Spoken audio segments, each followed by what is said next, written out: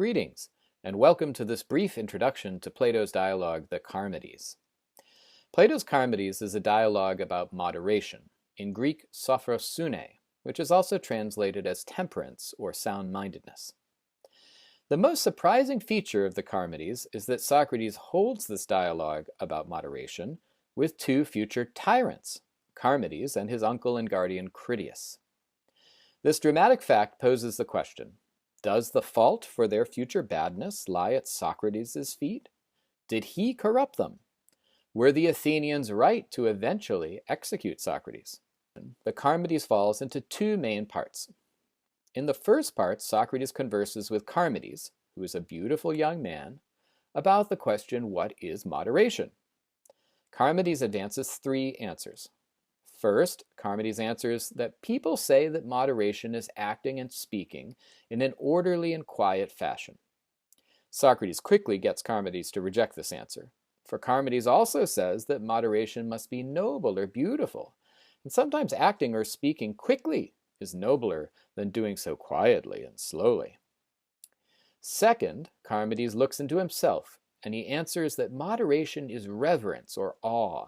We might say being respectful. Socrates gets him to reject this answer too, for Charmides also says that moderation must be something good for us, and sometimes being referential or respectful is harmful. So far then, Socrates has shown that whatever moderation is, Charmides believes it must be both noble and good. Third, Charmides offers an answer that he's heard from someone else, his uncle and guardian Critias, it seems. Namely, that moderation is doing one's own things, minding your own business.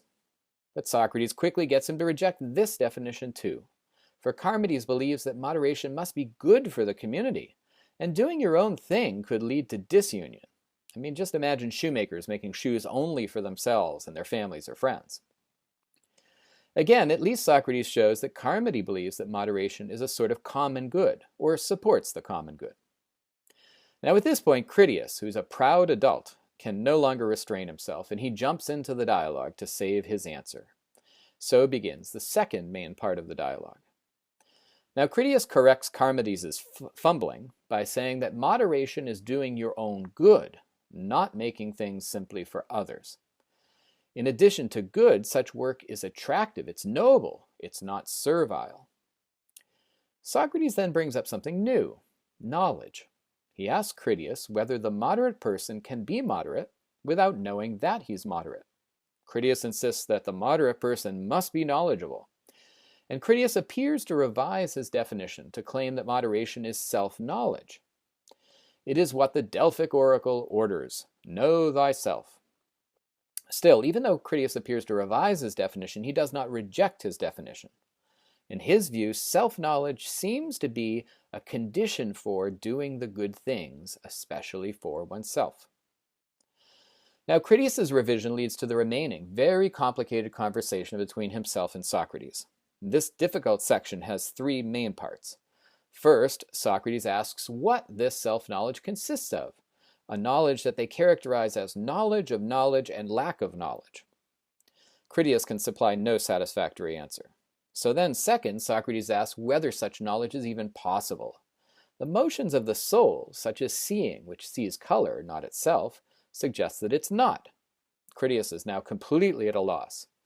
So Socrates spares him by granting that such knowledge be possible, and he asks, third, whether such knowledge is even good.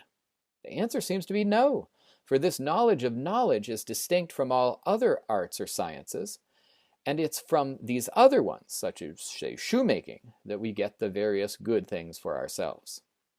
Socrates spins out here a vision of a community ruled by moderation, as knowledge of knowledge, a vision that Critias, the future tyrant, gladly embraces.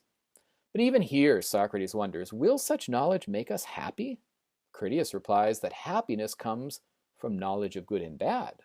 And so the argument seems to return to its beginning, that moderation means doing good things, but it's separate from the knowledge of the good, and so not good itself.